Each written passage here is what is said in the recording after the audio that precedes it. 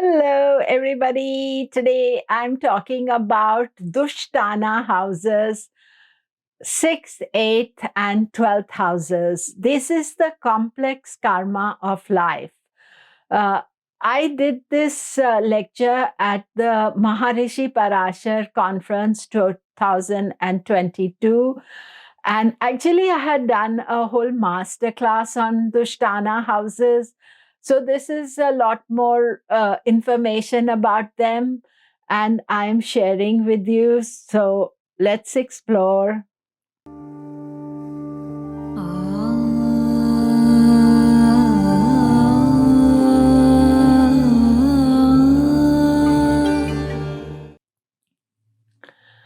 Hello, I'm Komilla Sutton, and we are talking Dusthana houses. Do remember to subscribe, press the bell notification, and I want to thank you all for getting me across the threshold of 40,000 subscribers. All the love and affection you show to me, I really appreciate it. And also, I want to share with you that I'm doing two seminars in January 2023. It is the first one is about the stresses and opportunities of 2023. This is a detailed seminar about what is happening in 2023, and you can join it. It's on 7th January. The second one is on 14th January. It's a free webinar about why study Vedic astrology. So hopefully you can join me. All the details are on my website, komilla.com. Thank you. So let us start looking at the Dusthana houses. Du means difficult or negative, and sthana is place. So these are three negative houses in the chart, 6, 8, and 12. They have positive stuff as well with it. And, we need to understand them so that we can work with them. So, Namaste and welcome everyone to day 2 of the 2022 Maharishi Parashara Conference. Today is Shukra Day, the Venus day of the conference, and we're so excited to have you all. We're very excited for a presentation today by Komilla Sutton, who's going to be discussing a very profound topic of the Dusthana 6th, 8th, and 12th houses, the complex karmas of life that surround them. And if a woman who needs no introduction, but nonetheless, a few things I would like to share is she has been internationally renowned since the 1990s. And she works with BAVA, the British Association for Vedic Astrology, and puts forth conferences there. She teaches many personal classes and has many personal books, which hopefully she will share with you some of that at some point as well.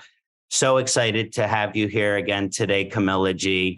Such a blessing. Namaste. Namaste, Kasanati. And it is a pleasure to be here at this conference with all of you. And also, thank you so much for organizing this wonderful conference. And I am just going to share my screen with you. And let me just see.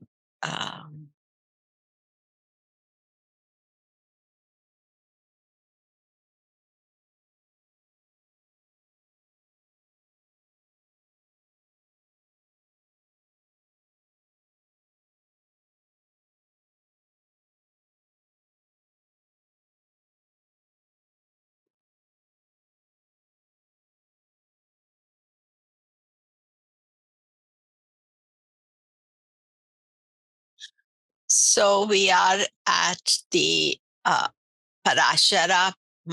Parashara Conference 2022, and I'm talking about Dusthana, 6th, 8th, 12th houses, the complex karma of life.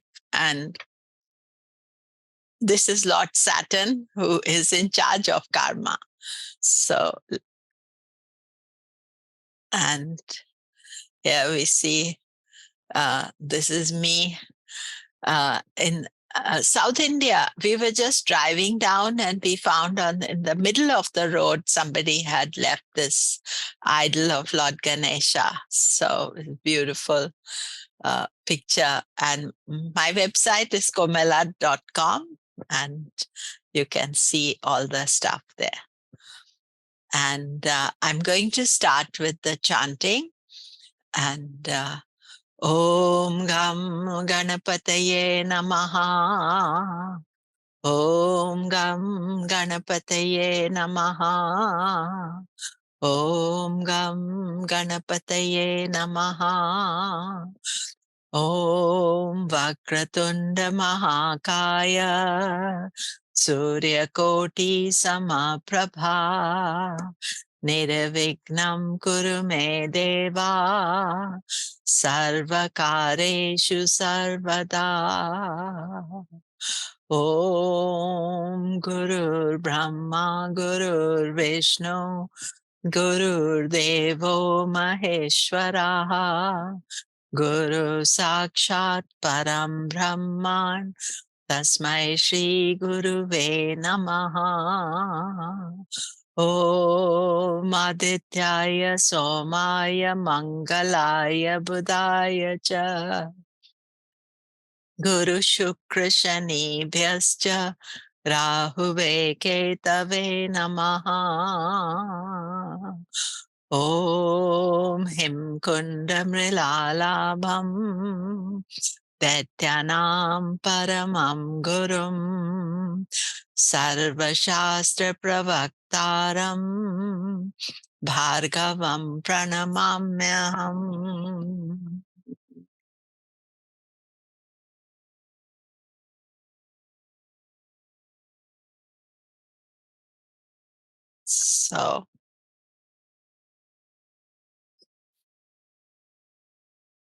So we are talking Dusthana houses today. The 6th, 8th, 12th houses, the complex karma of life. And this is at Parashara Conference 2022. And I just want to share with you my books that I've written so far. And all are available from my website or any of the retailers that sell books. And also, I have many other things that I've written as manuals. And yesterday's subject on Vimshatari Dasha, there's a full manual of 36 lessons and many other subjects that may interest you. So you can look them up at my website.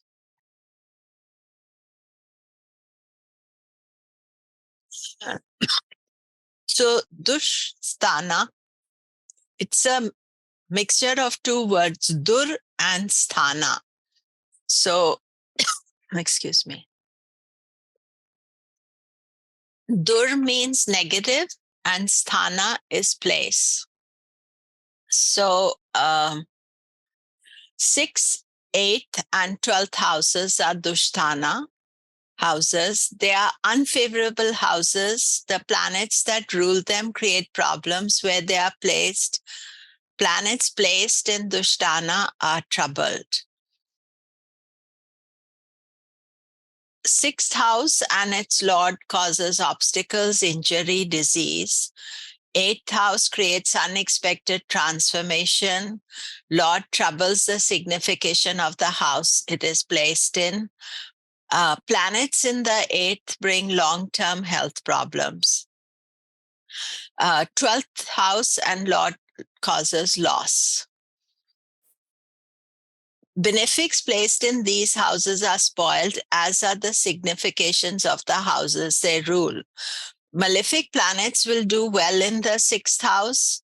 All planets in 8th and 12th do suffer in the material world. Actually, the Dusthana houses are very good for spiritual purpose, but not always good for material things, because they will put a block, especially 8th and 12th house is Sixth house also indicates struggles, health issues, obstacles, competition, competitiveness. Eighth house, sudden transformation, can bring long-term health issues, loss or lack of understanding regarding the planet placed in the 12th. So if you have planets in these houses, not everybody has planets in 6th, 8th, 12th, but we all have 6th, 8th, 12th house rulers. So therefore, we are not, none of us are immune from that influence. So sixth house is also an upachaya house. So it's a Dusthana and upachaya. Quality of upachaya improves, planets gain strength through an individual's life. So you see, sixth house is sort of standalone, and the modern Vedic astrologers in India, they think that sixth house is very important for our life today, where we are having to deal with situations and things. So it is, but it is upachaya. So the Dusthana bhavas show the complex karma of life. Issues we bring into this life that we need to deal with. All of us have Dusthana bhavas, but their complexity, intensity of karma that we need to deal with can vary. So there's different intensities of karma. So you see this, it's not all equal what we have to deal with. Drid karma, adrid karma, and drid adrid karma. And these also have sections in it, but we'll just talk about the main three intensities of karma that we are dealing with. Drid karma is what is fixed with deep roots. Extremely difficult to change. This karma has to be experienced. And if we want to avoid its intensity, a lot of effort, sadhana, spiritual disciplines have to be undertaken in order to shift it. This takes time, usually no guarantee that the karma can be purified and therefore avoided. That does not mean we should not make the effort to purify our drid karma. So, the karma with very deep roots, generally, we have to keep on working at it. Sometimes people feel that if they've done some effort and it is sorted out. And secondly, if you have drid karma and you are living a life of unawareness, then sometimes you're aggravating it and making it more and more problematic. So this is something that you need to watch for when you're looking at it. Then adrid karma is not so deep rooted, therefore possible to change through our efforts and spiritual discipline. Changeable through remedies. So drid means fixed, adrid means not so fixed. And drid adrid karma, which is partly fixed, partly changeable. This can be purified through constant effort, though deep-rooted issues take long time to sort out. You see, my thinking is, and this has developed over the years, that we have to be doing something to deal with our karmic issues. So therefore, if we have a yearly plan, we can think around our birthday, what are we doing for the next year? And then we have a continuous energy, and a lot of things can be shifted. At least that is what my personal experience was and has been, that I what I started off and then doing all the remedies. And often the drid karma is when you have a number of planets, so in together conjunctions and in a Dusthana house. And what happens is that sometimes people naturally go towards a more spiritual, simpler life. And therefore, that karma is getting resolved as you go along. So planets in Dusthana is not about success or failure, more a personal struggle to overcome darkness, weakness, and health problems. Very successful people have planets in Dusthana. So don't think that, oh, I have planets in Dusthana, therefore I can't do anything and I can't achieve anything. Actually, sometimes the struggles make you achieve really well. And then, you could think about the Dusthana houses are positive for some things and are positive houses from other areas. But most people who have Dusthana, uh, planets in Dusthana or something, is more about a personal energy. So when I started looking at charts, I used to think, oh, somebody has difficult energy, then they cannot achieve anything. But that is not the truth. That is, uh, you know, uh, great success comes in a material world, but it's the more inner angst that you feel that you need to be conscious of. So then we should also be aware of the natural rulers of the Dusthana houses.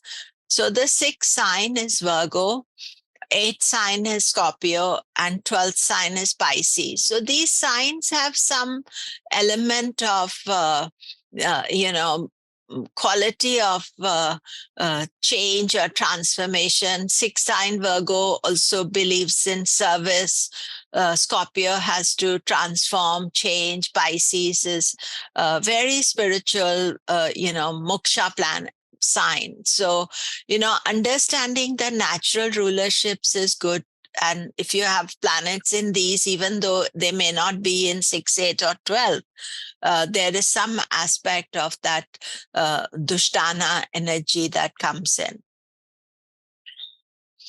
So how are you going to experience the Dusthana houses? You will experience it through the rulers of the Dusthana. So we have 3 rulers, all of us, that are the lords of the Dusthana. If you have planets in Dusthana houses and transits to Dusthana houses, 8th house is called Ashtama, and 12th house is the start of Sadesati. These are the 2 transits, major transits. 6th house transit is not so difficult, not so complicated, but 8th and 12th is more complicated as far as transits are concerned. But you see, if you have no planets in Dusthana, you'll still get transits, also dasha of the Dusthana lordships. I talk about it a bit later to look at the dashas of the Dusthana. So here we have Johnny Depp, the actor, and he's born on 9th June 1963, 8:44 a.m., Owensboro, Kentucky in USA. And what you see is that he's Cancer Lagna, and his Lagna Lord is in Dusthana with Ketu in the 6th house. So, when your Lagna Lord goes into the 6th house or 8th or 12th, then you are embodying that aspect. And remember, 6th house is also Upachaya, but Moon and Ketu does well in the 6th house, but Moon is struggles in the 6th house. So for Johnny Depp, the life is a competitiveness and struggle, and he has the Moon Ketu combination, and then further aspects as well. So, and at present, his dasha is Jupiter dasha. I spoke about the dashas yesterday, so you could listen to that. And you see, he's had a libel case with the Sun newspaper, Jupiter Mercury dasha. And then the USA was Jupiter Ketu dasha. And we can see Ketu in the 6th house.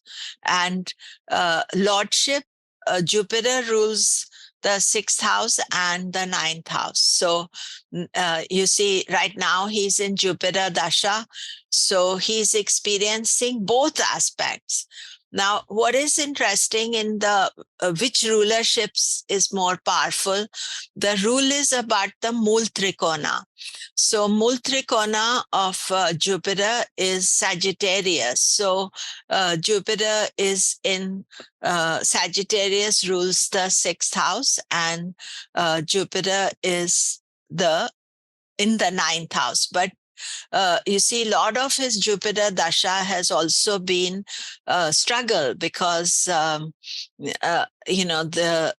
court cases with the Amber Heard. He got married to Amber Heard at the start of Jupiter Dasha, the divorce in Jupiter, then the libel cases, and then he's won the libel case as well. But this has been a lot of 6th house issues. So because the emphasis is on the 6th house, you could say the 9th house is the good luck factor, that he had the money and ability to deal with these things, and then he won the court case. But the 6th house is definitely very present there. So each of the houses has its whole individual quality. And Aribhava, 6th house. 6th house means ungenerous, malicious, not devoted, hostile. Ari also means 6. Ari means the enemy of mankind, referred to the 6 instincts that keep us attached to the materialistic purpose of life. These instincts can become our weakness and create imbalances that are responsible for our ill health, our bad nature, our wrong thinking, wrong judgment. And the 6 Aris, this is very much studied in spiritual aspect as well. The 6 Aris are Kam, Krodha, Madha, Lobha, Moha, Matsarya. Kam means desire and passions. These are mostly uncontrolled desires, but also are desires that become obsessive, or our sexual desires, our personal desires that become our bosses rather than we being bosses over them. Krodh is anger. Madh is intoxicants, drugs, alcohol. Moh is attachment. Lobh is greed. And Matsarya is jealousy. These 6 weaknesses, at least when I was growing up in India, these were always told to us. We should avoid, these 6 Aris, and sort of guidance was given about them. Now, these 6 collectively are known as Shadripu. Shad means 6, Ripu means enemy, foe, opponent. So 6th house is also known as Ripu Bhava. The 6 enemies of mankind create emotions, feeling, desires that are root cause of all our illnesses, enmities in life, blocks to our spiritual progress. The 6 Aris are counteracted by the 6 wealths, or Shat Sampat of Vedic philosophy and yoga. Shat Sampat is a very important technique that is taught in yoga as part of the I'm just trying to think. There are the 4 yogas: Karma Yoga, Bhakti Yoga, Raja Yoga, and Jnana Yoga. Jnana Yoga, the Jnana Yoga technique. And it's worth exploring it and following it. We don't have time to teach that because it's very comprehensive. But there is always support at hand. And the 6 wealths, that means instead of having the 6 weaknesses, we consciously cultivate the 6 wealths and the Shad Sampat. 6th house is the house of karmic difficulties. Difficulties express themselves through ill health, opposition of enemy, debt, struggles in life, service to others. This house can appear as difficulties, but learning to deal with our challenges also leads to strength and power. It shows our ability to withstand the negativity of life. So every aspect of Dusthana has a difficult aspect, but also the opposite of it, the ability to overcome it. The ruler of the sixth house is a troublemaker where he's placed. He will cause ill health, conflicts, weakness of the bhava of the planets he's associated with. The aspect of the sixth house ruler also causes challenges. So, for example, in Johnny Depp's chart, his sixth house ruler, Jupiter, is in Pisces in the ninth house. So ninth house can create problem for him in a number of ways, maybe with the relationship with father, because Jupiter's ninth lord and the sixth lord. So he has to give effect of sixth lord with the guru, with advisors. He may feel at times that luck is not favoring him, even though he is very lucky and got a lot of opportunities. Sixth house is Artha Bhava, shows work which is not career, what we do to earn our daily bread. So it's sort of service, work that we do. And best remedy for Aribhava is Karma Yoga. This is selfless service without expectation of reward. Karma Yoga is one of the yogas, very important yogas, that when we are trying to purify our old karma, we do this. We dedicate our lives to do karma yoga, where we are being of service. It's not about victimization and allowing people to control you by just doing things for free, but it is that whole aspect that I'm doing it because it is part of my life. And one can't suddenly maybe become totally karma yogi, but we can think about certain things in life that we can do as a karma yoga, something talent you have.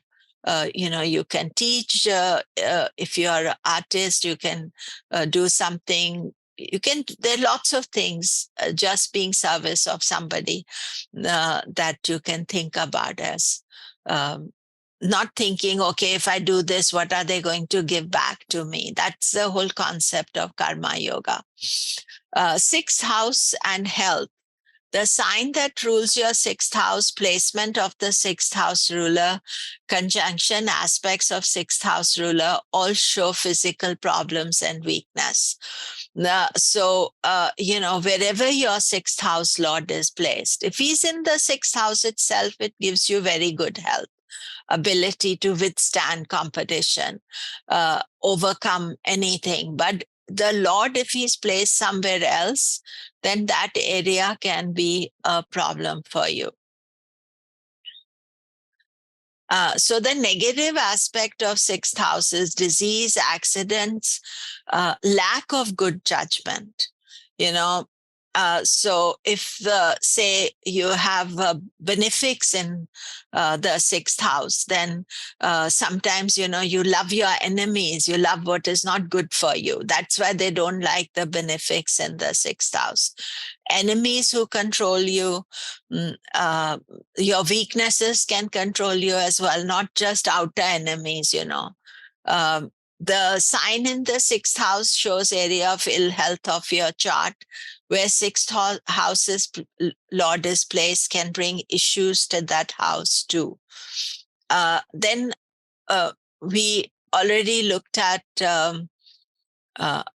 Johnny Depp's chart. His sixth lord is in the ninth house. So ninth house would be physical part. Ninth house is hips. It is also Pisces. So Pisces would be feet. So those are the areas possibility of health. Actually, one point about health is that you have to look at the sixth house. If he shows weakness in health, you have to look at the strength of the Lagna Lord. And you have to look at the strength of the sun, because sun, even Mars, they are the ones that provide energy. So we can't just look at the sixth house a lord in itself. But in Johnny Depp's chart, you see his Lagna lord is in the 6th house.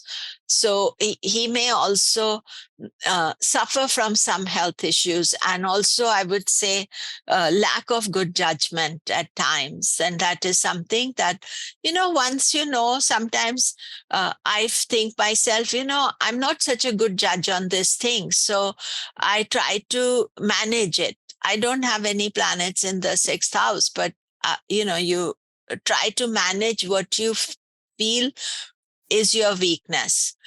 You see, you can't control it 100%, but you can try to manage the situation. So then we come to the 8th house. 8th house is called the Ayu Bhava. Ayu means age, lifespan. 8th house is a house from which we see how long we are going to live. It also deals with hidden areas of life. A house of transformation from material to spiritual, from this life to another.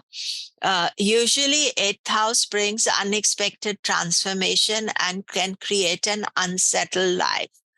Especially if you have Lagna Lord in the 8th house, it can bring sudden, unexpected changes. It's not a planned change. It can suddenly bring change, but it can also create other areas. Now, one aspect of the 8th house is it's called the house of Nija Dosha. Nija means self.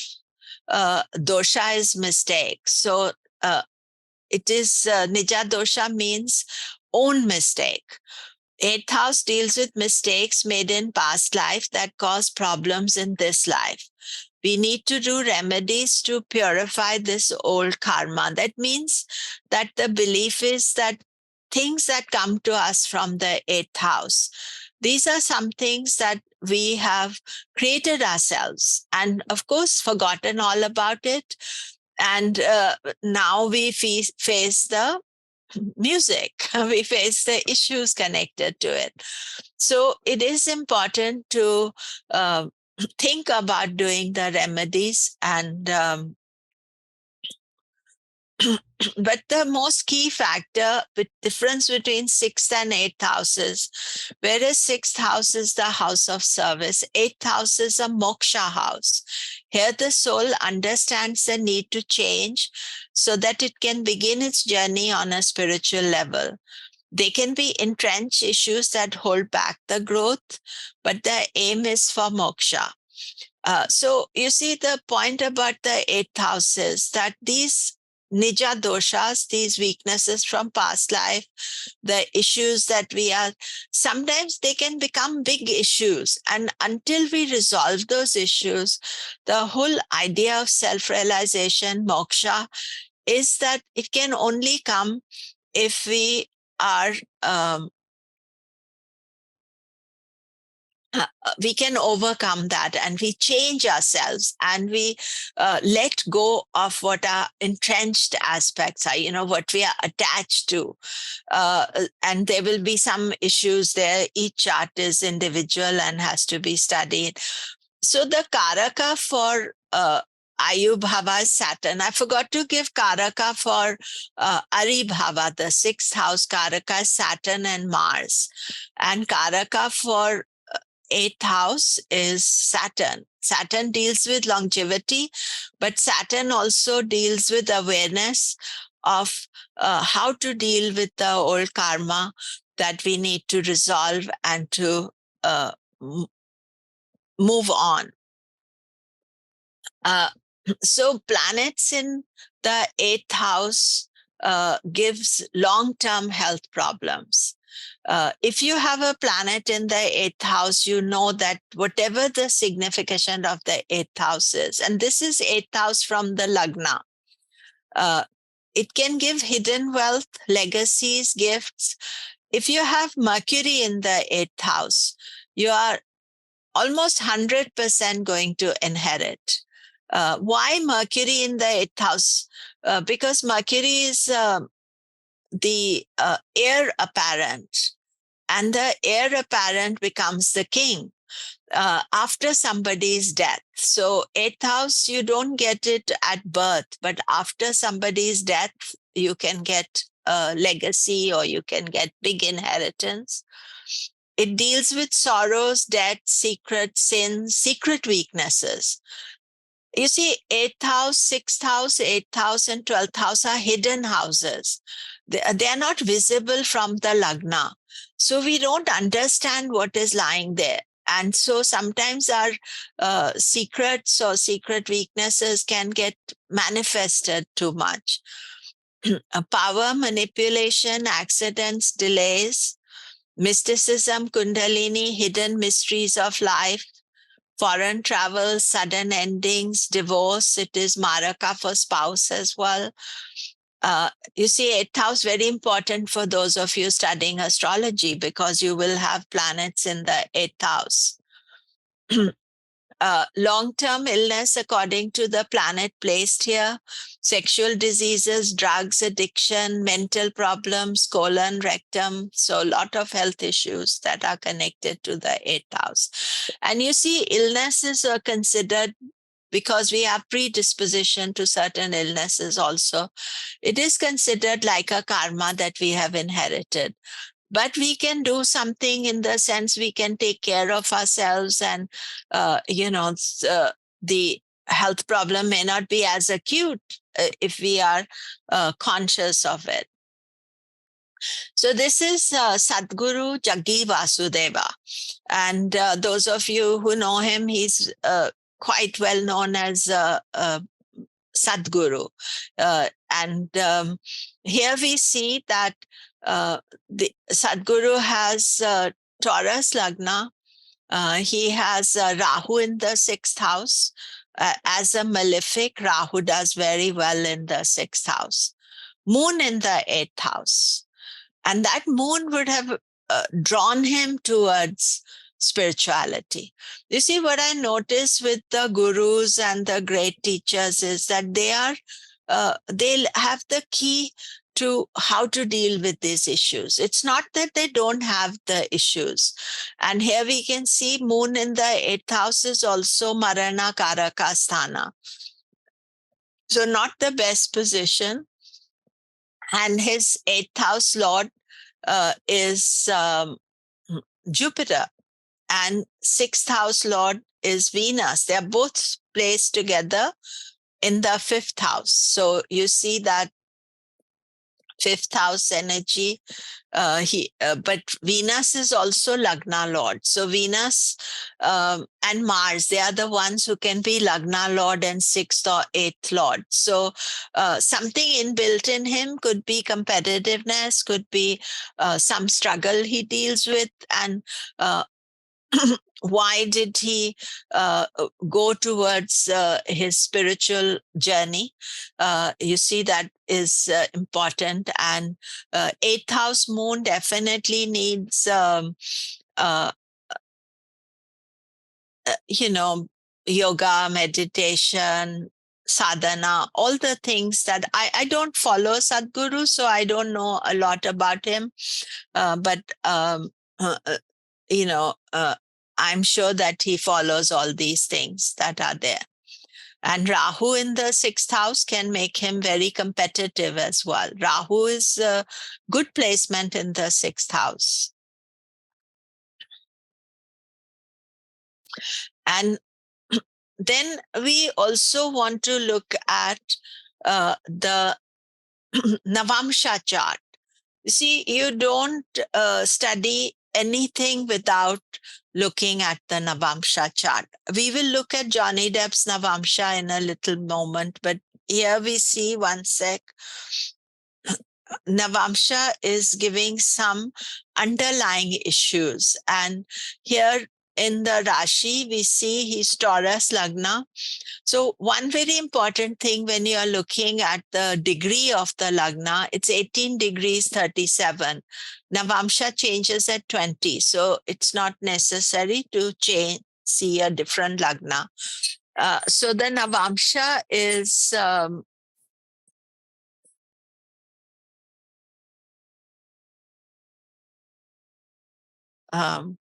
Navamsha is Gemini Lagna. And here we see that Mars Saturn in the 6th house. Mars is in its own sign. Saturn is, this I would call like a Dhrida Karma, Mars Saturn together. So something that he struggled with in his own life that he had to deal with. And, Mars in Scorpio, one of the weaknesses, 6 Aries could be Mars is connected to um, anger, growth. And it's in its own sign, but Saturn, so frustration, irritation. Remember, we are not looking at him as he is now, but why he went into his spiritual life. And Saturn, Saturn is always blocks Mars, so it brings some frustration. And he this chart is Navamsha is connected to wife as well, and he lost his wife at a very young age. So this Mars Saturn is there, and his dashas. He's in Jupiter dasha just now. So you see, you can see what Jupiter is he ruling the Dusthana houses. No, Jupiter is with Rahu. So in the Navamsha, see in the Rashi, Jupiter is the 8th lord, and Jupiter is not with Rahu. But what is interesting in Sadhguru's life is that he had first Rahu Dasha, then Jupiter Dasha, and before that Mars Dasha, and then Saturn Dasha. So some of his karma that he's dealing with the 6th, 8th houses, this is part of his personal inner struggle. You see, Jupiter, Rahu are together, and the lord of Jupiter and Rahu, Mars, is in Scorpio with Saturn in the 6th house in the Navamsha.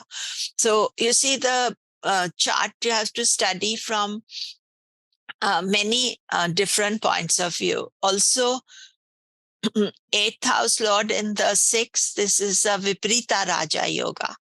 So overcoming obstacles. So many things that one can look at from the 8th house. Then the last of the houses is Vyaya Bhava.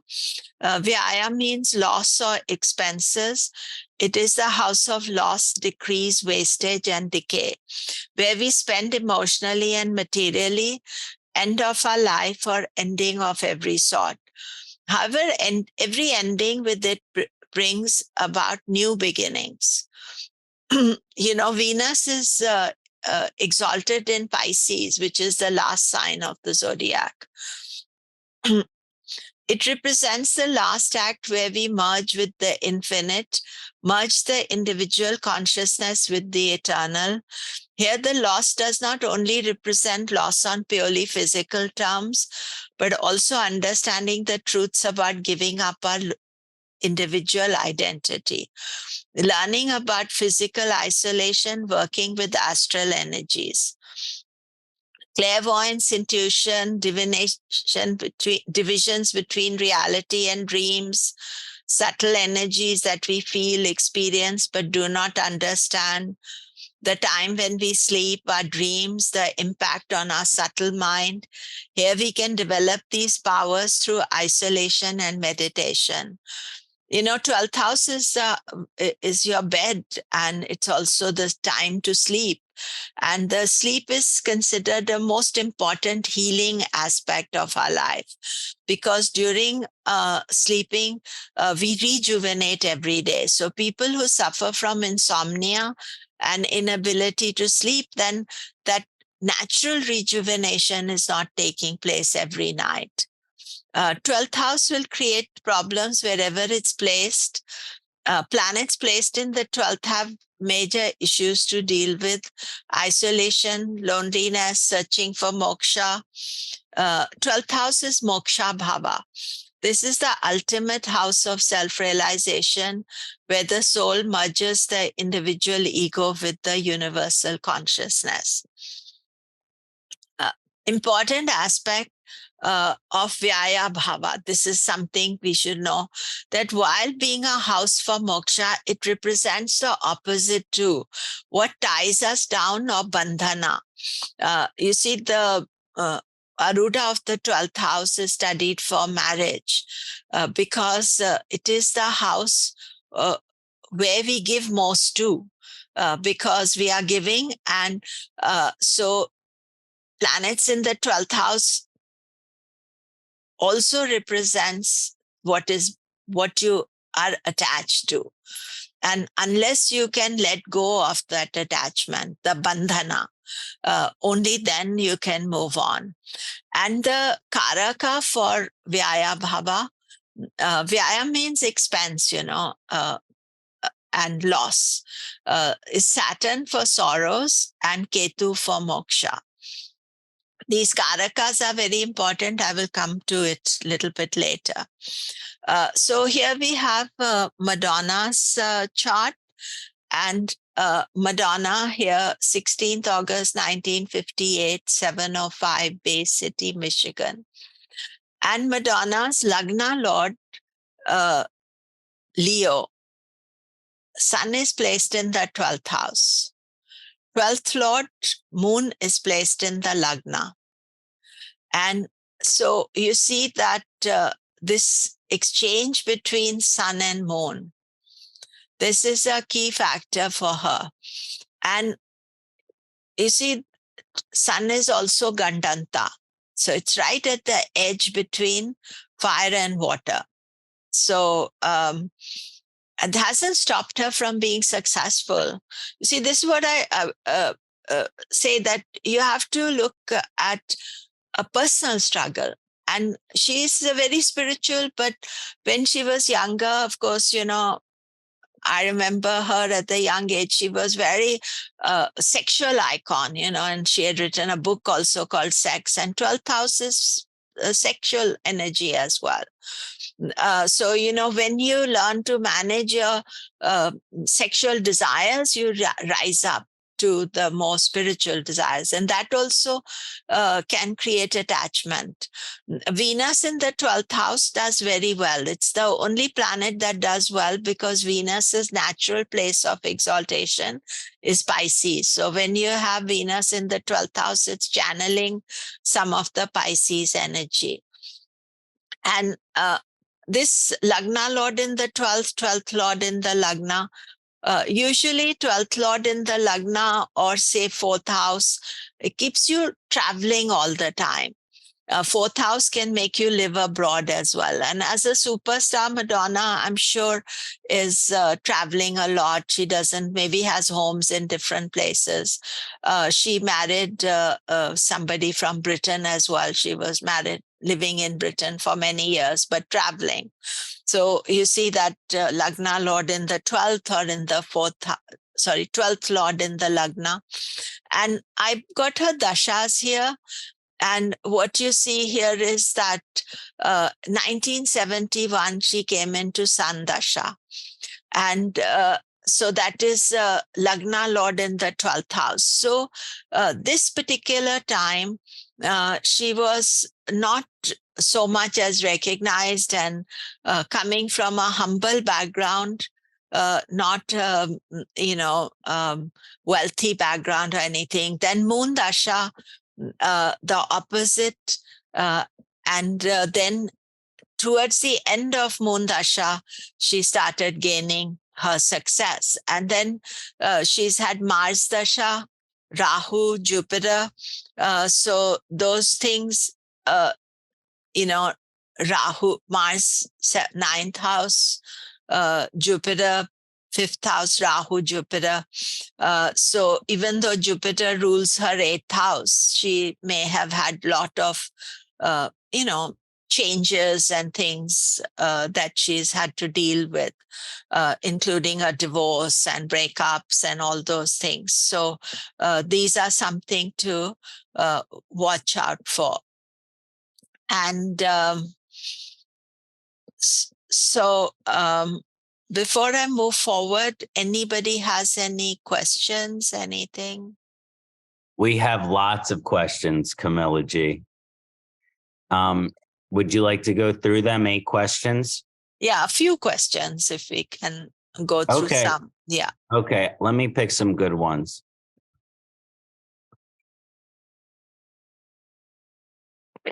Is it better to have the 6, 8, 12 lords weaker in a chart, or is it better to have them exalted or in own houses? I don't know whether better or worse. I think that what you have is good. I personally don't believe that any planet that is weak is helpful. So if you have 6, 8, 12th house, because sixth house also shows your ability to deal with disease. So it is better to have them in dignity than not in dignity.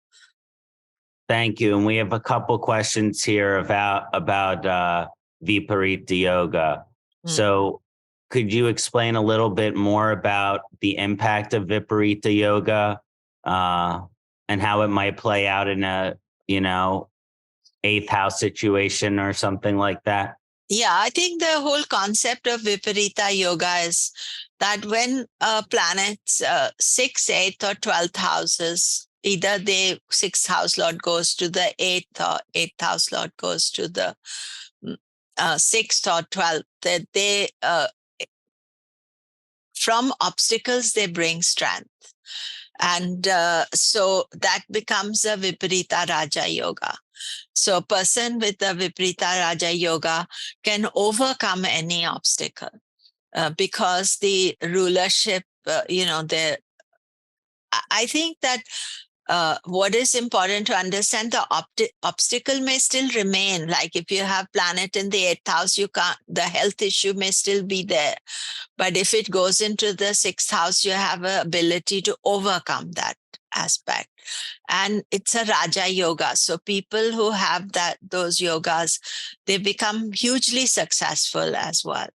Well, I actually have a question for you kind of related to that. How about when the ruler of the 6th is in the 6th, ruler of the 8th is in the 8th? How about when the Dusthana houses are self-ruled? No, those are special yogas. 6th Lord is Harsha Yoga, 8th and 12th is Sarla and Vimala Yoga. This is a power position of the planet, self-ruled and strong. You say 8th Lord in the 8th will give you long life, but it may still give health issues related to the planet in the 8th house. But those are power positions to have. 12th Lord in the 12th, you can be very generous, giving, but the planet has an extraordinary power there.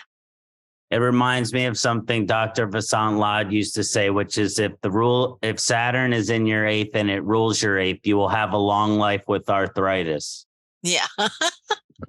Yeah, it gives the problems, definitely, because that is there. But you see, there's a concept of the material life. You can overcome obstacles. You can be super competitive. 6th Lord in the 6th, 8th Lord.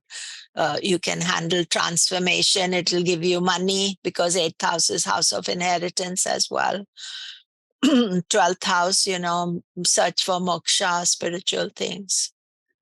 Let's do one more question. So this is the 6th house, is Upachaya as well. So we know it gets better with age. Should we look at the maturity age of planets involved to see if they will become positive for the individual? You can look at maturity, but you can also look at that this is a house which you could say is adrid karma. That means it's movable karma, that it can improve with our choices and how we deal with it. We don't have to wait, I'll turn 46 and I think 42 for Rahu or 36 for Saturn. But sometimes, yes, wisdom comes with age. So the maturity does help.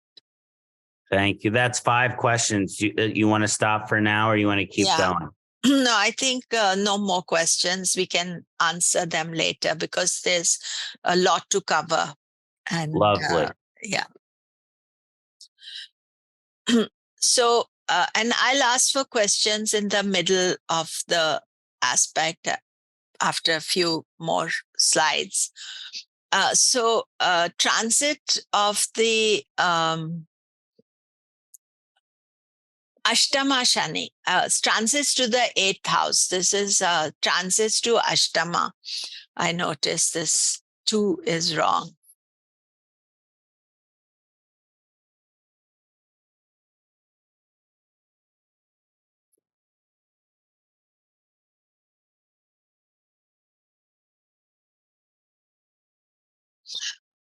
So transits to Ashtama, 8th house is regarded as one of the most complex transits of Saturn. And and Rahu Ketu. And 12th house from the moon is the start of Sade Sati. So these are 2 transits that we have to look at. So 8th house right now for Gemini ascendant or Gemini moon, Saturn is going through their 8th house. And for Pisces ascendant or Pisces moon, Ketu is going through their 8th house. And Virgo ascendant moon, Rahu is going through the 8th house.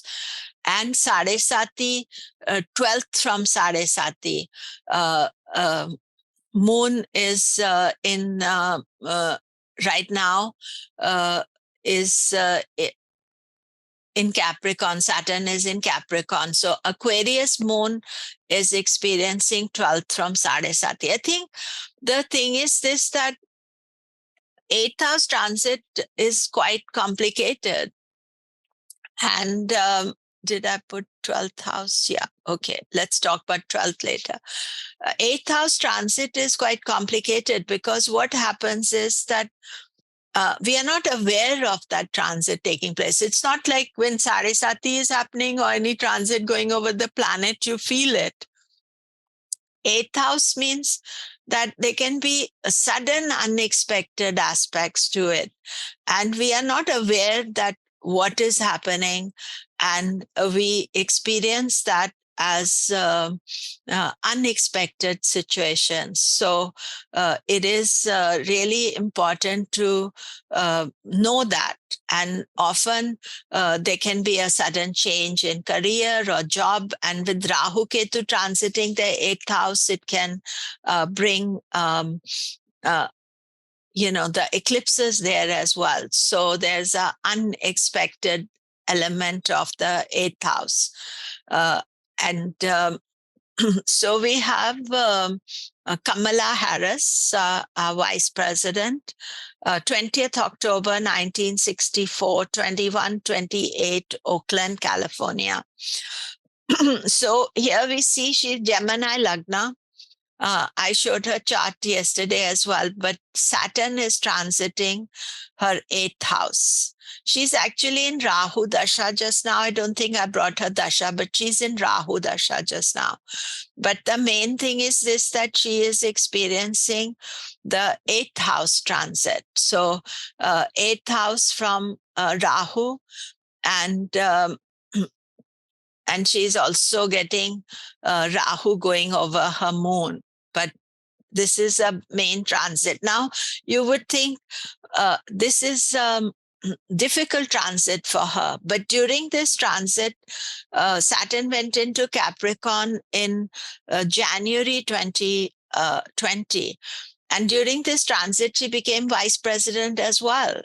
And she fought for the presidential election. So, but you think about the big change that has happened to her from living in West Coast to East Coast to become the president. So, you see, we sometimes get afraid of these aspects. But she has also had to face some obstacles. She didn't gain her presidency, so she may think I haven't become the president, so that's a minus point.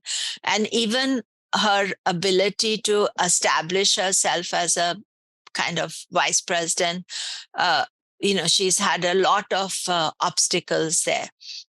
So all through this time up to January 2023, it is Ashtama Shani. Actually, the most important part of this transit would have been in January, February, when of 2000, when we were in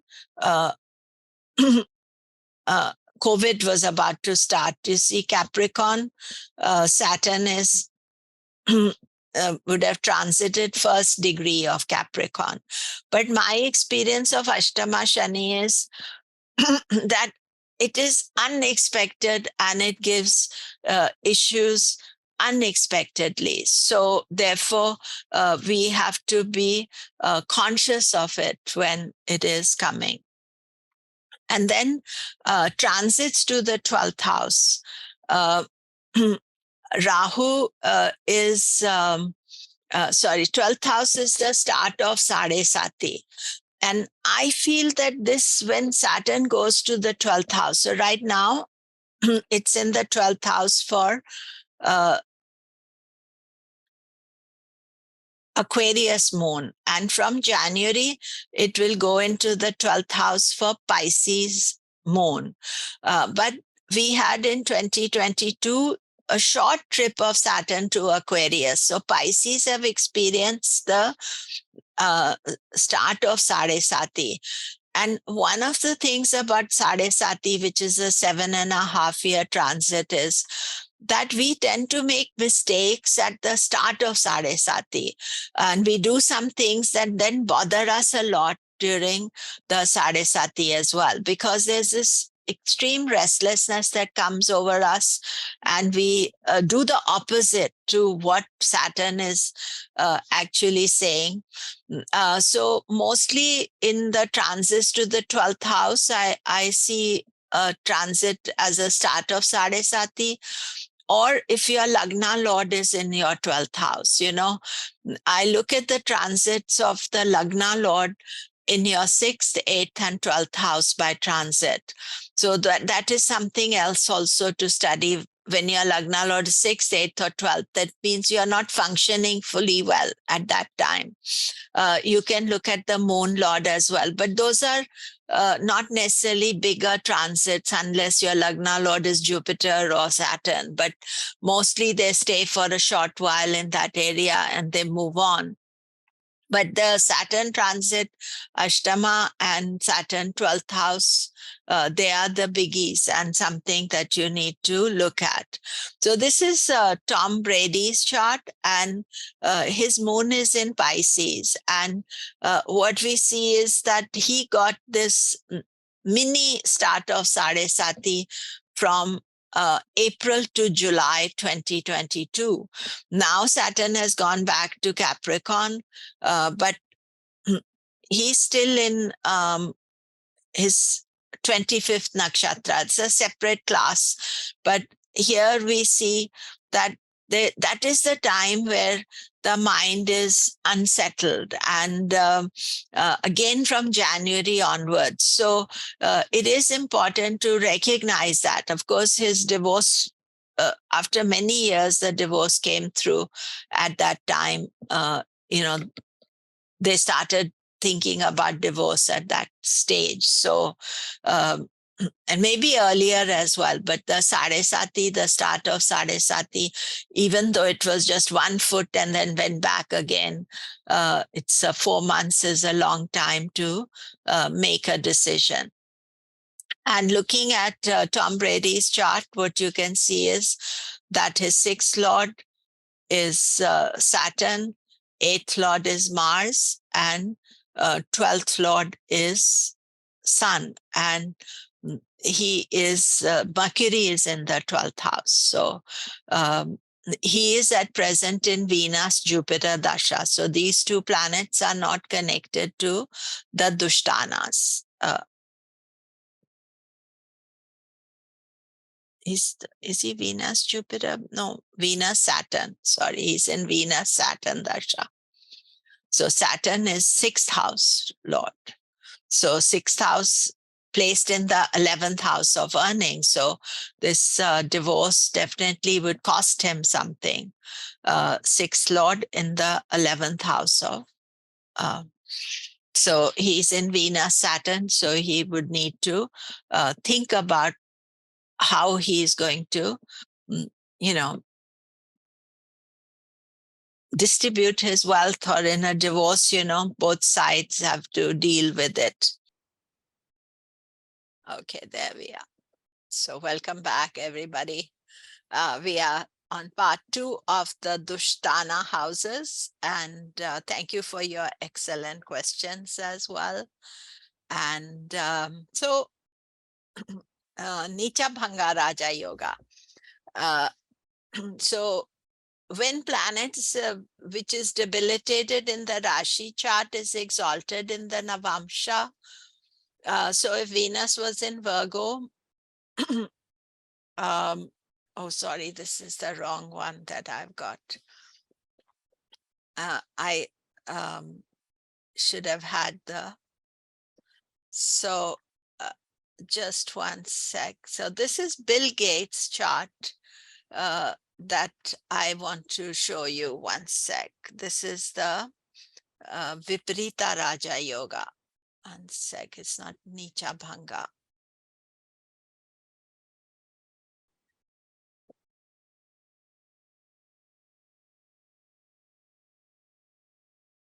So, so I wanted to show you the Nicha Bhanga Raja Yoga chart of Bill Gates. So here we see that he doesn't have any of the aspects here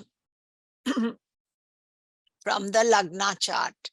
But if we look at his moon chart, we see the Viparita Raja Yoga is here from the moon. So the mind, what you see here is that he has a double or triple yoga here. 5th Lord, 6th Lord Leo is in the 8th house. So that means that from any obstacles, he maybe never recognized any obstacles in his life.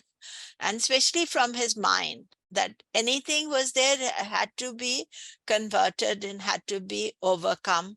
And this also is a secret for wealth. And then secondly, he has 8th Lord in the 8th house, which is also another yoga. I'll talk about that in a minute.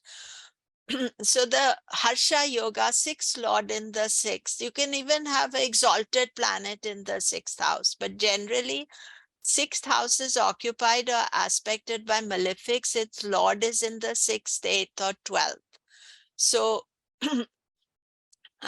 if 6th house has its 6th Lord, or the Lord gets placed in the 8th, 12th. So we see this here, that he has the 6th Lord in the 8th. So this is also a Harsha Yoga, ability to overcome competition, to overcome any obstacles. Maybe 8th house from the moon, very good for research and those aspects as well. Then if we look at his Sarala Yoga, 8th Lord in the 8th. So same rules are there, 8th Lord in the 8th. And again, we have the same person, that Bill Gates has the same yoga here from the moon, not from his Lagna, but from the moon. But I have a chart of Elizabeth Kubler-Ross. She has written lots of books, 8 July 1926, 2245, Zurich, Switzerland. And here she has the 8th Lord in the 6th house. So this is a Viparita Yoga. You see, what I have understood, that despite this Viparita Yoga, the problems don't go away. Only thing is we manage to overcome them. And here we see, I mean, she wrote a lot about death. So, 8th house is about how long you're going to live, age, and then going into the 6th house. That became her work, her life's work. So that is an important yoga here. This is from the ascendant itself. Her 8th Lord is moon, so moon is with the sun. 6th Lord, sorry, 8th Lord is Mercury, and 12th Lord is Saturn. So Saturn is in exalted, but in the 9th house. That is not the yoga. And the final of these yogas, the Vimala Yoga, 12th Lord in the 12th. 12th house occupied, aspected by malefics, or the 6th or 8th or 12th Lord. So what you can see here is that these yogas can be studied from the other lagnas as well. And this is what I'm coming to, the whole kind of the key to the Dusthana houses that I want to talk about. We see Sudarshan Chakra, so they could be, we saw that in Bill Gates' chart that he has many Dushthanas from the 6th, 8th and 12th, from his moon lagna, he has planets in Dusthana.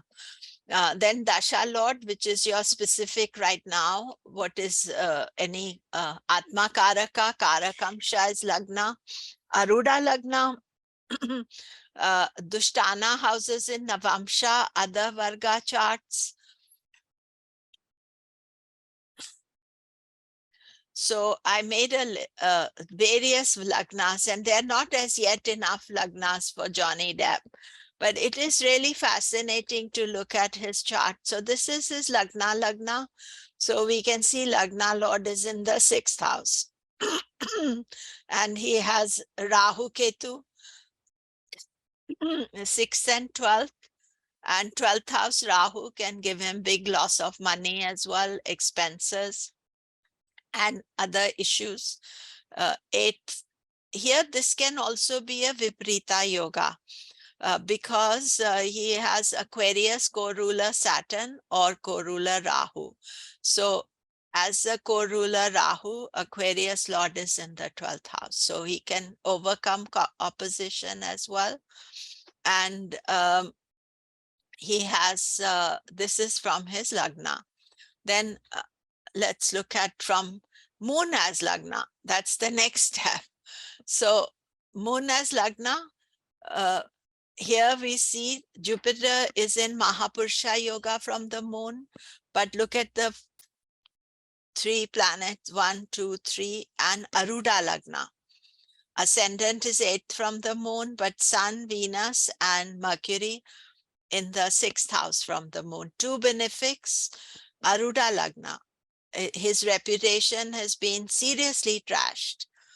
Sun does well in the 8th house, so Sun is not the problem, but Venus, Mercury, they are also in planetary war. See, South Indian doesn't change, so you can look at everything from South Indian. And then let's look at the next lagna. Sun and Aruda lagna, Moon and Ketu are in the 8th house. So complicated aspect.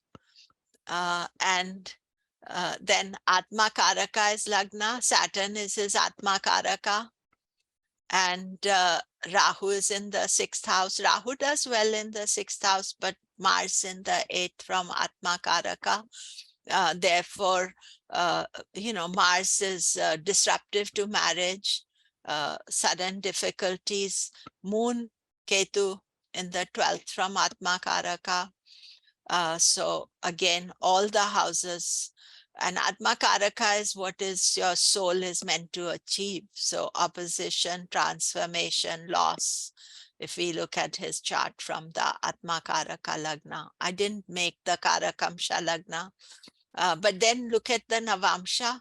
In Navamsha, he doesn't have any Dusthana placements, although the Dusthana rulers are there. Mars Rahu in the 8th house, so you can see that relationships, all malefics in the Kendra in the Navamsha chart. So this is a complicated Navamsha for him. Actually, Johnny Depp, he has Venus. Venus is in planetary war in his chart. So the relationship aspect is complex for him regardless. And then we look at the dasha he is in right now. And he's in Jupiter dasha. And see, Jupiter Saturn dasha was his, Saturn is his Atma Karaka, that is when he divorced Amber Heard. But if you look at all these lists, you'll see somewhere Saturn is also no, he's not the ruler of the Dushthanas, but, there are various rulers of Dushtana, various houses to deal with. So the point, and especially the Rahu Dasha as well, where Rahu is in Dushtana in many places. There are so many points of view of the Dushtana. Actually, each of the Varga chart, that means you have 16 charts to look at to study the Dushtana in each one of them. And, some more important than the others, but, by the end of it, you would think, oh, everything is Dushtana. And so I would say that the key to understanding the Dushtana is the Karakas of the Dushtana. So here we see that the 6th house Karaka is Saturn, Mars. 8th house Karaka is Saturn, and 12th house Karaka is Saturn and Ketu. So what is the common factor in all these Karakas is Saturn.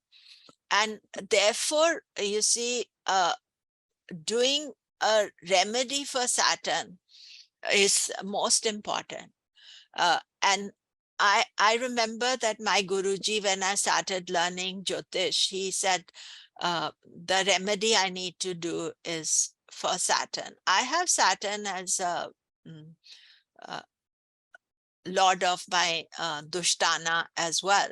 But I feel that that was an inspired choice from him to tell me. And for years, I've been doing this remedy and not always aware that why he had said that. But because Saturn being Karaka for the 3 Dushthanas, it is very important that, we do some remedy for Saturn. But Saturn is the lord of karma. His job in this life is to encourage us to pay off our old karma so that we move into the next life less burdened and lighter. So it's just like if you have a debt, you want to pay it off. You don't want it extra interest accumulating and accumulating. So as the Karaka of Dushtana houses, these would include Dushthanas from all points of view. It is essential to do remedy for Saturn. You see, when you start looking at it, and every Varga, if you're studying Vargas, if you're studying Atma Karaka, Aruda, everything, there is some remedy. So the Karaka, if you do the remedy, and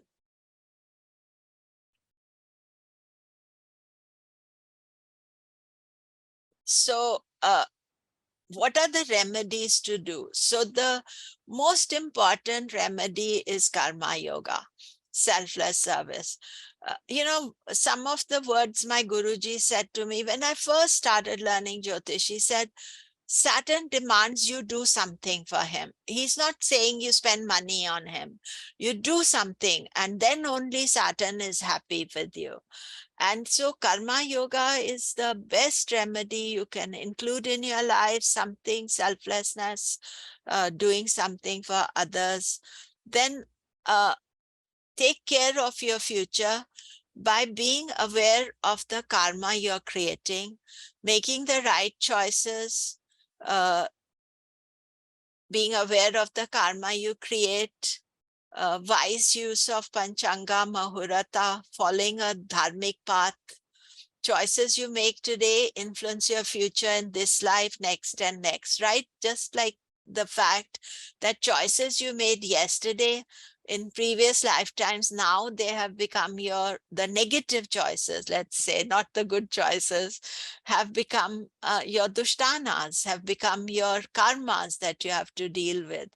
Therefore, once you start making the right choices, actually, it makes a huge difference to your life.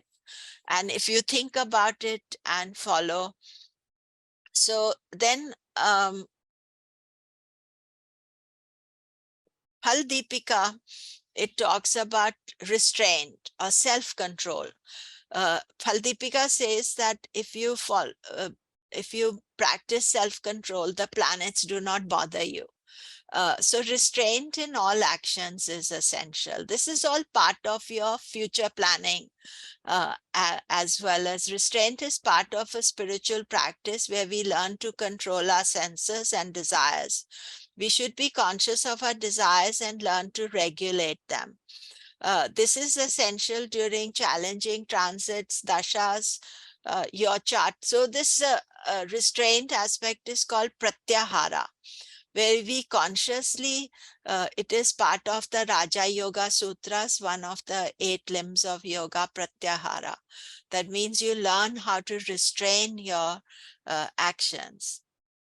Then karma yoga, I already gave, but I put it in front as well. Selfless service with no expectation of reward is one of the best remedies to do.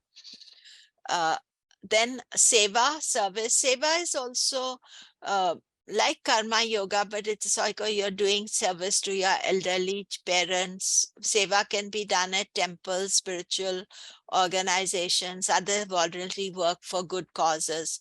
It is like karma yoga. We give service without expectation of rewards. You know that some temples, like in the Sikh gurudwaras, they call a thing called kar seva. People come there, they do all sorts of service, they clean the things, they cook food, they do things just because they can, and they are offering that energy to the universe. And you see, when you do these things, you are doing to random people, random situations, and that means that, of course, to parents, because parents represent our karma. So then simplifying your life. The crucial step in dealing with transits or life is to simplify. Think of what is superfluous, consciously remove it or reduce it from your life. Having unnecessary expectations, burdens will complicate. It may not be possible to change everything completely, but start making progress towards it. Learn to say no to excessive activities, traveling, socialization. Take time to enjoy simple things in life. I think with COVID coming, we've all had a thinking about how to change what we feel and how to make this important difference in our life, and to also, now that we are getting back into harness again, we have to think about, there are a lot of things I find every year. I take on things that I don't necessarily, not important. So editing your life, sorting out things and simplifying, this is also part of your Dusthana remedies. Then donation to the right causes is considered one of the most important remedial measures. You can donate your time, give support money to worthy causes. Making the world a better place for others is an excellent way to cleanse your karma. So you see, donation, especially for the 12th house and 8th house. You see, 6th house is karma yoga, 8th house is purification. So fasting and restraint, all those are 12th, 8th and 12th sort of come mix. But donation is a beautiful remedy to do. And if you cannot afford financially, give time, give, support the poor. Giving education, knowledge are two worthy causes. Remember, political donation is not a donation. You have to donate for a good cause. And there are plenty of good causes and again, this should be part of your life, for your birthday, for any important occasion, you should think about donating. Then donation of food. Feeding the poor is one of the best remedies you can do. You can feed the poor by donating food on your birthday, anniversaries, any other special occasions, donating to a food bank or doing annadan. Annadanam, anna means food, danam is donation. At a local temple is another good choice. Annadan means donating food. It is usually done by feeding devotees at a temple. Most temples have a regular program for it. Actually, there's a long queue if you want to do the Annadan, but sometimes the temples will ask for donation towards Annadan, so you can do that. Last time I was at the Livermore temple, they were saying that they are doing a special feeding on 14th of January, and would I donate something towards it? So I donated towards it. But many temples we visit in India, they will ask, and they usually you can donate $10, $20, something or more, depending on what you can afford. So these are important elements. I think I can't overemphasize that how important it is for you to do a remedy, and do little but often. Don't do one big grand gesture. This is not about grand gestures, but something often. I find that a donation of food sometimes gets very easy. Every time I go to the supermarket, they're asking for something. And during the holiday times here for Christmas or Thanksgiving or Hanukkah and other whatever festivals, Kwanzaa, so many festivals are there, Diwali, but they will ask for food. You can give the food. Um, and So then the next aspect is the dasha of the Dusthana lords and planets. So you see, we are experiencing the planets in our chart. We are experiencing the transits. I already talked about the transits. But then you can get the dasha of the Dusthana lords as well. And of course, if you have, most of us will have two sides. Planet is ruling a good house and a difficult house. So the point that if a planet rules the difficult house is that you need to be aware that that effect will also come through. And in what I noticed is that it gives both. So the rule says that a planet gives effect of its Mool Trikona sign. So you see, Mool Trikona, so let's take the Mool Trikona for all the planets. So we look at Sun's Mool Trikona is in Leo. So Sun only rules one house, but Moon's Mool Trikona is Taurus. So something impacting Taurus as well during Moon Dasha. And Mercury's Mool Trikona is Virgo. So when you have Mercury Dasha, Mercury will not, we can rule one Dusthana. So for Taurus Lagna, Mercury rules 6th house and 2nd house. So the 6th house is Dusthana. So there is, for Aquarius Lagna, Mercury rules the 8th house and the 5th house. So there's a Dusthana and so, but what I have noticed is that a planet is going to give for both effects. Then we look at Jupiter. We saw this in the chart of Johnny Depp. Jupiter rules Sagittarius and Pisces, and Sagittarius is the Mool Trikona. Venus, Taurus, Libra, Libra is the Mool Trikona, and Saturn is Capricorn, Aquarius, and Aquarius is the Mool Trikona. But regardless of whatever the planet is, you are thinking about doing the,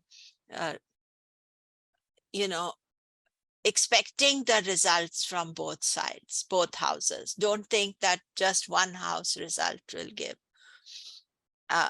And of course, where the Lord is placed as well, that house also gets affected.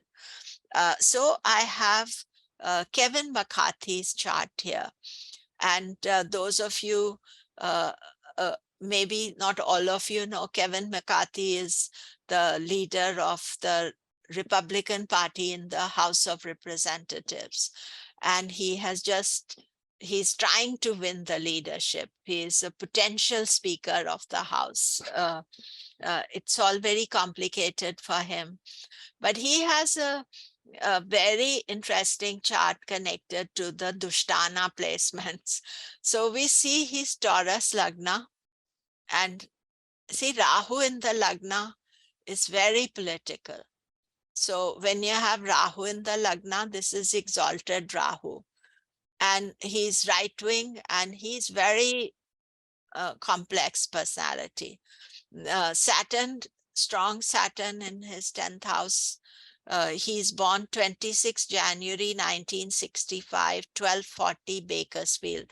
His California, his data is AA data. So it's a good data. I didn't realize that his data was available. But see here, his Lagna Lord is placed in the 8th house. So that is a very unsettled situation for him. And Mercury is with the Lagna Lord in planetary war. So Venus, Mercury are together in planetary war. And in the 8th house. 8th house also is connected to politics and power and manipulation and all the things connected to politics. And then another factor here is that Venus is Amatya Karaka, Mercury is Atma Karaka. So like him or dislike him, follow his politics or not, he's not, he always seems messed up to me. He's always some kind of inner struggle. And you see, this is a planetary war. Lagna Lord is Amatya Karaka and Mercury is Atma Karaka. And these two are also creating a big Raja Yoga for him. So he has been in a powerful position, you know, for quite some time. And he was the opposition leader, and now he's hoping, but he has a lot of opposition. So you see, this struggle for him is real. But Venus is his 6th lord in the 8th house. So that is a direct Viparita Yoga. What I mean by direct is that it is in from the Lagna. We could look at the moon chart as well, and from the moon, he has Jupiter in the 6th house. So you can see this aspect for him. Lagna Lord in the 8th house. Now, Atma, Matya, Karaka together, even in the 8th house, when they are together, they bring a big opportunity. And of course, he is the potential speaker of the House of Representatives, but his inner struggle will be quite a lot. And here we look at his Navamsha chart. And in the Navamsha, again, Venus, Mercury are in the 8th house. And 8th Lord, Mars, has gone into the 11th house, but Rahu is in the 6th house in the Navamsha. Ketu is in the 12th house. So all the Dushthanas are occupied in the Navamsha. And Dushthanas are also connected to, Navamsha is connected to Dharma, and Navamsha is also connected to, you know, spouse. But what I find is it's also partnerships, people that you can get along with. And, you know, there's strong, Saturn is very strong here. So that is a good aspect for him. But Mercury, Venus, they are in planetary war. And another factor is that I actually don't know this about him, but Mercury in the 8th house, Venus in the 8th house, this can give great inheritance.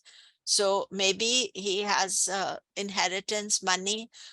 We can also say that all these politicians, they get a lot of money from public and people give money to them as well, not just inheritance, but you know, people donate money to them, and that can also be looked at. Other people's money is the 8th house. So that also can be looked at the 8th house. You can see a lot of complications in Kevin McCarthy's chart. Moon Ketu conjunction is there, but strengths as well, with the Saturn in the 10th house as well as Mercury, Venus. Atma Matya Karaka. You know, this is a chart in Dolly Parton's chart. She has a planetary war, but it is Atma Matya Karaka, and she is hugely successful for many decades. And here we have Kevin McCarthy as well with the planetary wars. So as I said, a lot of these things are your internal angst. And he has another Viparita Yoga, uh, uh, Jupiter ruling 8th house in the 12th house. So that is also called a Viparita Yoga. And, you know, he is, I would say, perpetually dealing with opposition. And so that's a Viparita. That means turning obstacles to opportunities. That's what we could say, or competitiveness. So here we see 6th lord is in the 8th, 8th lord is in the 12th. From the moon, again, Jupiter's in the 6th house. So, you know, and from the sun, this Mercury, Venus are in the 12th house. So you see the Dushthanas are populated in every which way. And that doesn't necessarily, I mean, he's a successful person. Whether you like his politics or not, that's a separate factor. And then let's look at his dasha. So right now he's in Sun dasha and Mercury bhukti or antara. So we go back here, we see Sun and Mercury is in the 12th house from the Sun. But Mercury is Atma Karaka and Mercury is part of the this Atma Amatya Karaka Raja Yoga. Mercury rules the 5th house. But what has happened in this Sun Mercury is that the election results in USA were not what they were expecting. And they were underperforming. This started 6th of February. But Sun, you know, Sun Dasha always can be about pursuit of power. And the Sun is in the Nakshatra of the Moon. So Moon in Scorpio, again, that's like an 8th house energy, Scorpio Moon. So the pursuit of power in the Sun Dasha, that has been the main thing.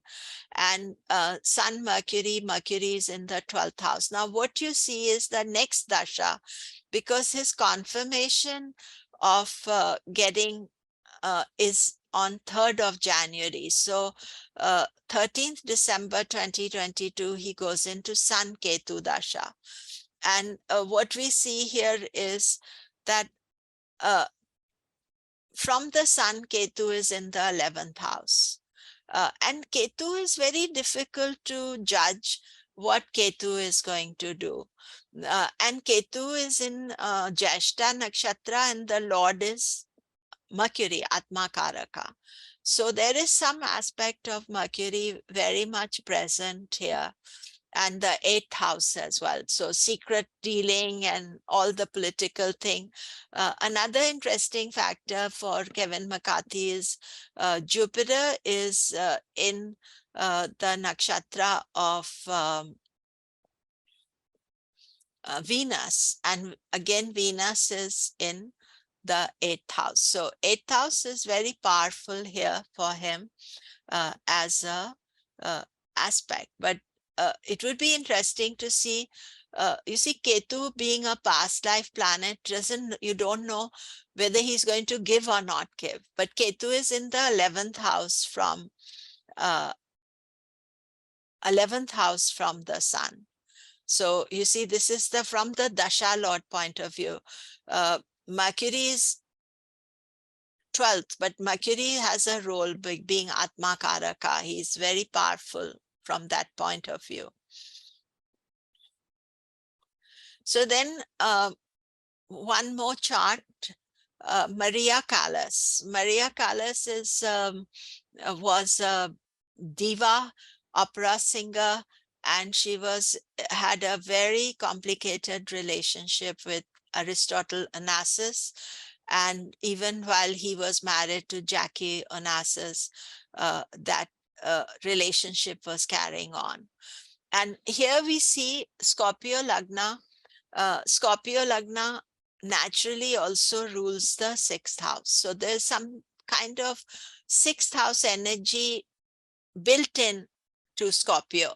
And here we see that the Lagna Lord for Scorpio, two Lagna Lords are there, Mars and Ketu. Usually they choose that the planet which has more other planets becomes the ruler. But here, especially knowing Maria Callas's life, you see that she has three planets in the Lagna, but the Lord Mars is in the 12th house with Saturn. This is definitely what we could say a fixed karma, Mars-Saturn conjunction, complicated karma for her. She was super successful, but here we see 12th Lord is in the second house, affecting her voice. And as a singer, she finally lost her voice. And it was very complicated energy. So you see the Lagna and Sun Lagna are together in here. Then if we look at the next step here, Navamsha Lagna. Now, we should never look at the chart without Navamsha Lagna. So she has Vargotama Lagna here, 16 degrees 30. So it's Scorpio, but look at what is happening in the Navamsha Lagna. Saturn, Sun, and Mars. And Rahu Ketu in the Kendras. And Mars again is the sixth house ruler in the Lagna. And I would say that this is definitely indicating for Maria Callas some complicated karma. You see here in her chart, she has Saturn and Mars in a planetary war. And here they carry on together, and it is with the Sun. And so, and then most important thing is Venus is in the sixth house. So relationships, she married, but she met Aristotle Onassis, and they continued the affair throughout her life, and he rejected her, and I don't know, it was a messy situation. And you can read up about her. It was a beautiful person. And so here we see some of the aspects here. You see, she's growing up 18 years of age and Mars Dasha. So till 21. So 14 to 21, she had Mars Dasha. And what we look at is, see Mars with Saturn here. So remember what I said to you, sometimes, the conflicts make us do things also, achieve things also. And she was very successful and famous in her time. And we see that Mars Dasha at that very impressionable age, 18 to 21.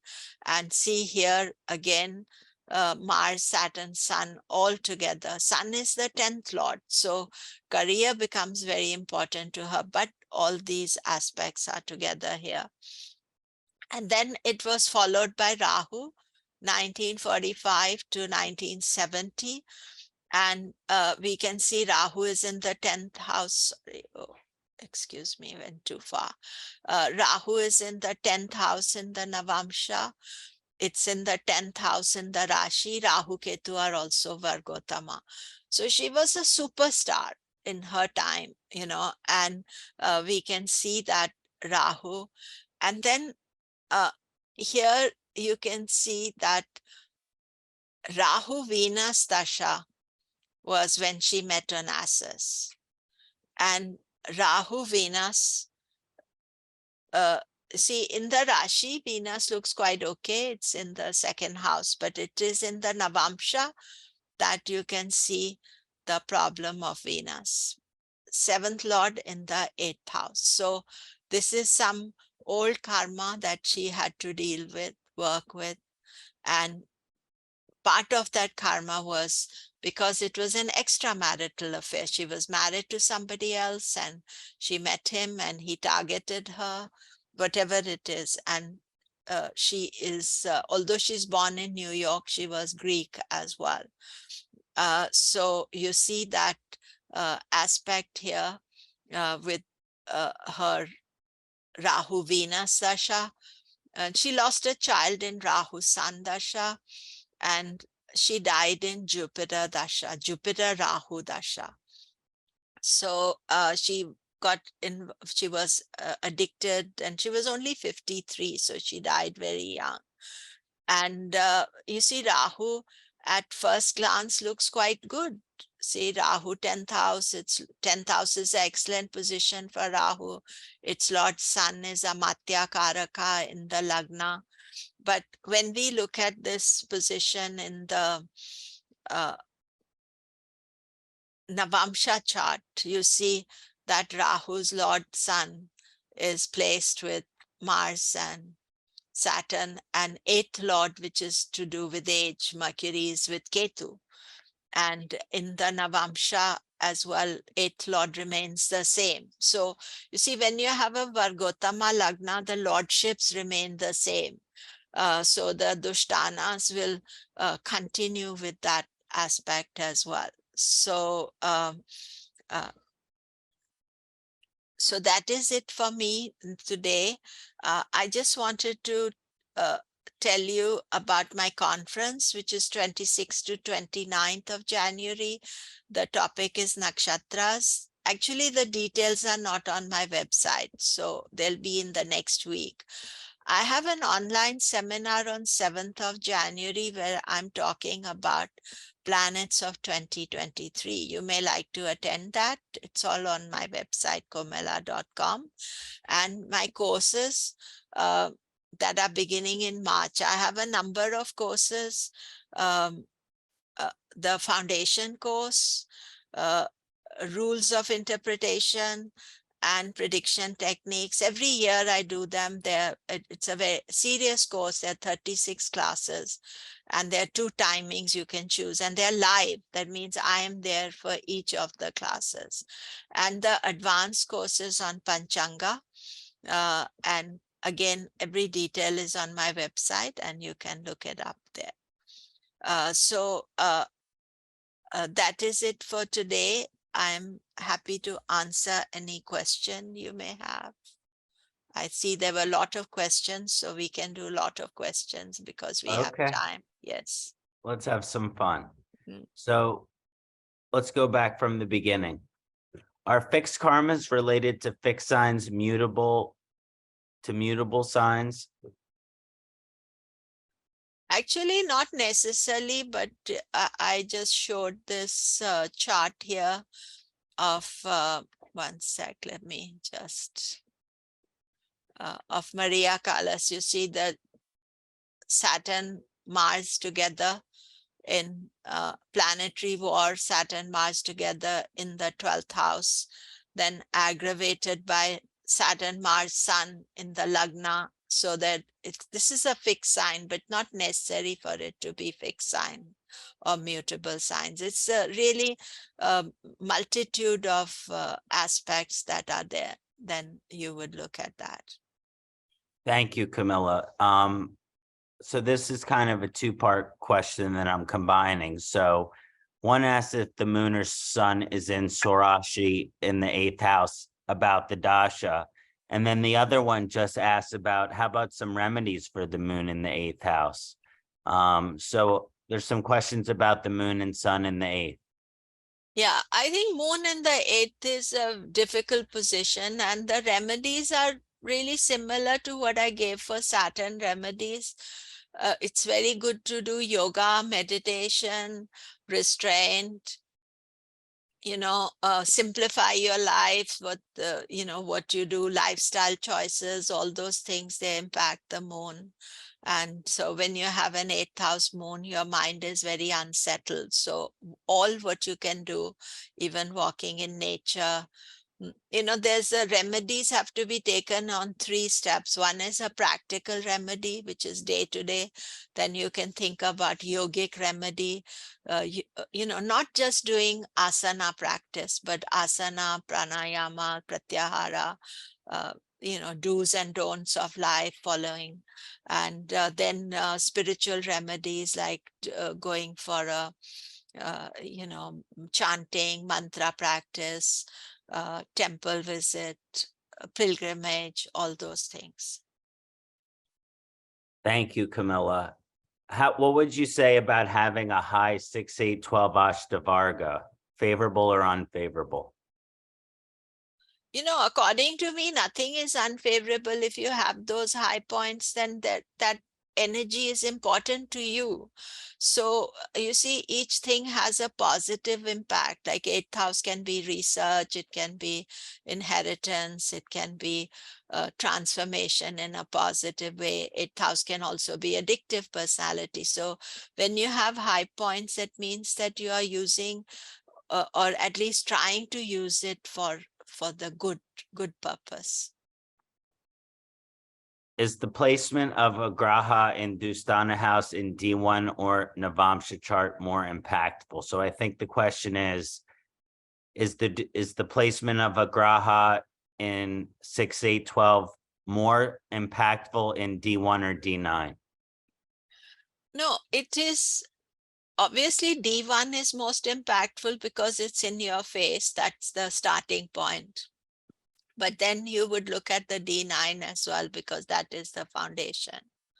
So I would say that both are almost equal in importance. What happens when 3 Dusthana lords conjunct in 1 Dusthana house? That is a Viparita Raja Yoga. That's what I was showing you in the chart of Bill Gates, that it is all the Dusthana lords are together. So you become, you have that capacity to overcome things and overcome whatever life throws at you. In yoga, in similar yogas, and when Dusthana houses are self-ruled, how would a retrogression or a Vakri planet affect that? A planet is Vakri is regarded as stronger. However, a Vakri planet is a little bit eccentric, little bit different. So it's a more of a psychological way the Vakri planet is acting out. So, but usually, you'll see that there can be some resistance to the situation because the planet is retrograde, but it can also be that it's very powerful, and you can obsess about those issues because retrograde means that you are thinking deeply about that aspect. Thank you. Erica asks, when you're comparing the Dusthana houses of the D1 and the D9, what are some of the top things that we should look for in both those charts? I don't know. You are comparing means that you are actually, you see, with any chart, you start with the Rashi chart. It's not a comparison. It is a progression. So you're looking at what are the things that are there. So especially Dushthanas in the Navamsha chart. Navamsha is dealing with dharma. So if you have Jupiter in the Dusthana, and the means that there's a, your attitude to dharma may be different. I don't think of things, I spoke about this yesterday also. There's not negative or positive. It is how you are working with it or dealing with it. But you can't say that you're comparing the two aspects. They are both there. And I would say that the main minus point you can do about anything is not doing anything about them. If you have those Dusthana energies, then you have to think, what am I doing about it? How am I going to work with it? And little steps, don't have to do big things, but once you start doing things, then that old karma gets released and it is no longer a issue for you. Thank you. Komilla, you mentioned that when a planet has dual lordship, it's auspicious, inauspicious impact based on Mula Trikone. Yeah. Which house will have a greater impact for a Capricorn ascendant during Saturn Mahadasha? Will it be the ascendant or the second house because of the Mula second house, according to the Mool Trikona rule. But in practice, he's your Lagna Lord, will be just as important. But maybe you think more about what second house represents. Little bit more. I like to think of it as 60-40 or, about 60-40. So that it's 60% more on the second house and 40% on yourself.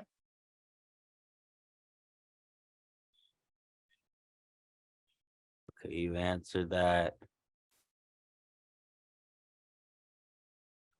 One was a clarification. Was it Mercury in the 8th for inheritance or Mercury and Venus together in the 8th for Kevin McCarthy?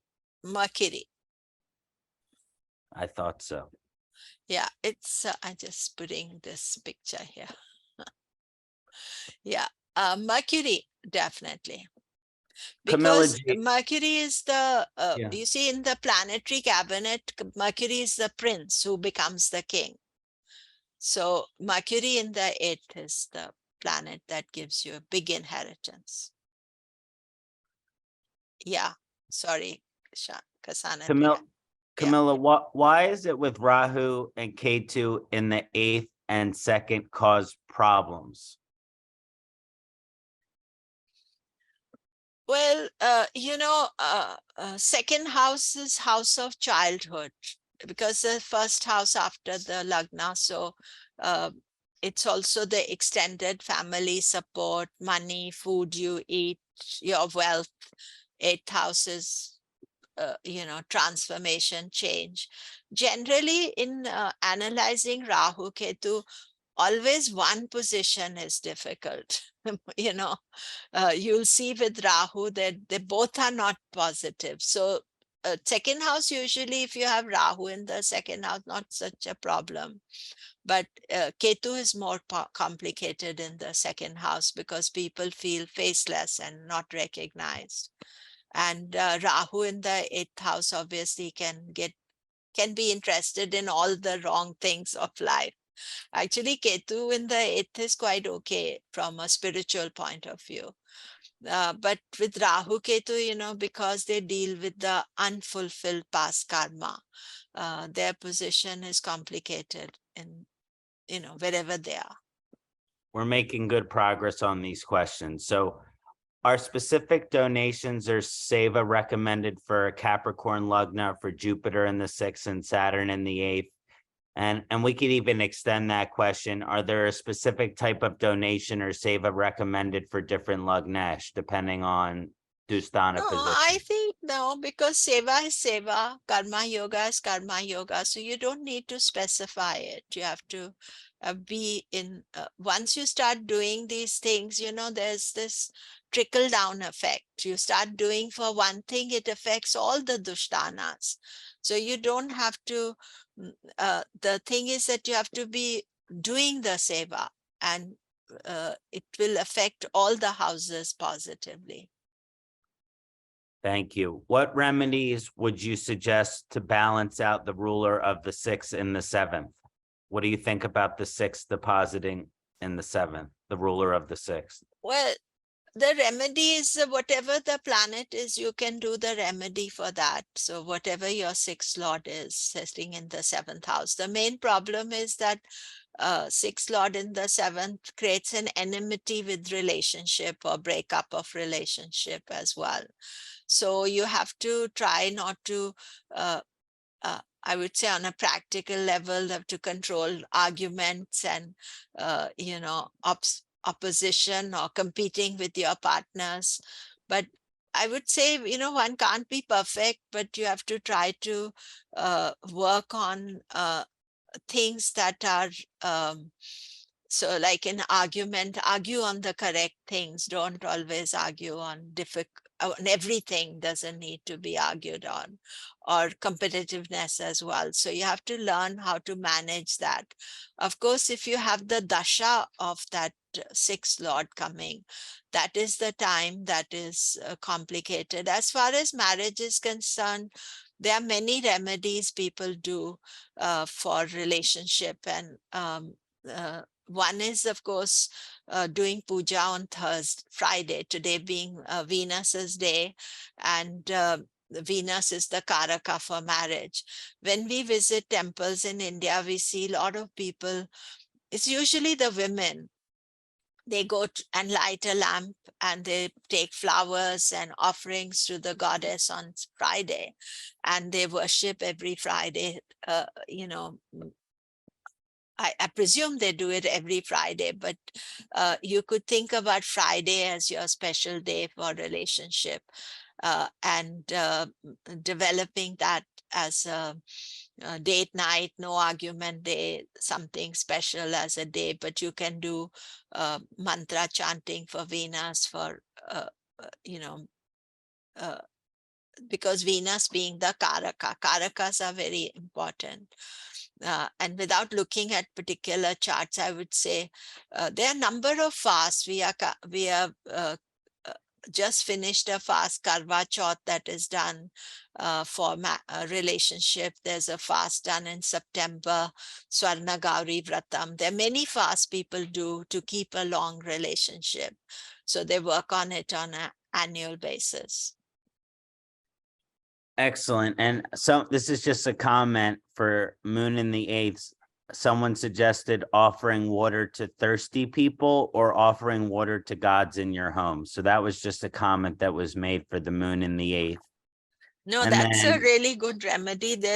But you see, when people come in India, you get water offered all the time, and especially in areas where there's great heat wave happening, you can offer water even to birds and animals. People have water features in the back with special consideration for them as well. so just two more questions. Is Mercury in the eighth in the Navamsha also represent inheritance? I haven't seen that, but if you have it and you have inherited, then you can tell me. Mostly it is the rule is for the Lagna, but I'm sure that Navamsha 8th house Mercury can give maybe. And last question, can maybe you speak a little bit about the positivity of Rahu in the 8th house with interest in Jyotish or the Vedic sciences research? Yeah, I think any planet in these Dusthana houses can be positively directed, So definitely the thing about Rahu is that Rahu wants to consume everything that is in front of him. And because Rahu is just the head of the snake, or the head, and the body belongs to Ketu, sometimes he doesn't know when it is enough. So if you have Rahu in the 8th house, why Rahu becomes problematic in the 8th house? You keep on consuming whatever is coming in front of you. So you have to be cautious about not obsessing about what research, or also understanding the limitations, not going into the darker elements of the research. But definitely Rahu can be quite brilliant in giving you information, digging out things, not stopping, because he is ambitious to know everything. And in the finale, Rahu wants moksha. Only thing is that he can, that is his desire, what he's doing. So only thing is that we have to avoid the negativity or the negative behavior pattern. Thank you very much, Komilla. Are there any concluding remarks you would like to make before we do a concluding mantra together? Yeah, no, I think that it's just that these are positions that all of us have in our charts, and therefore we have to try to work with them and deal with them, and also consider some remedies for these positions. Not to think each chart is individual, and some of you may have a lot of planets in Dusthana houses. Then don't just obsess with the position from the lagna, see from the moon, see from the sun sign, and then think about how am I coping, what am I doing about it, and start small and work it, because these are issues that if we deal with them, then they can bring enlightenment. Thank you, Komilla ji. Would you like to do the closing mantra, or should I? No, you do it. Okay, I'll do one to my guru. Om Tvameva Matacha Pitta Tvameva Tvameva Bandhu Chasaka Tvameva Tvameva Vidya Dravanam Tvameva Tvameva Sarvam Amriteshwari Namaha Tvameva Sarvam Amriteshwari Namaha Tvameva Sarvam Amriteshwari Namaha. Hari Om.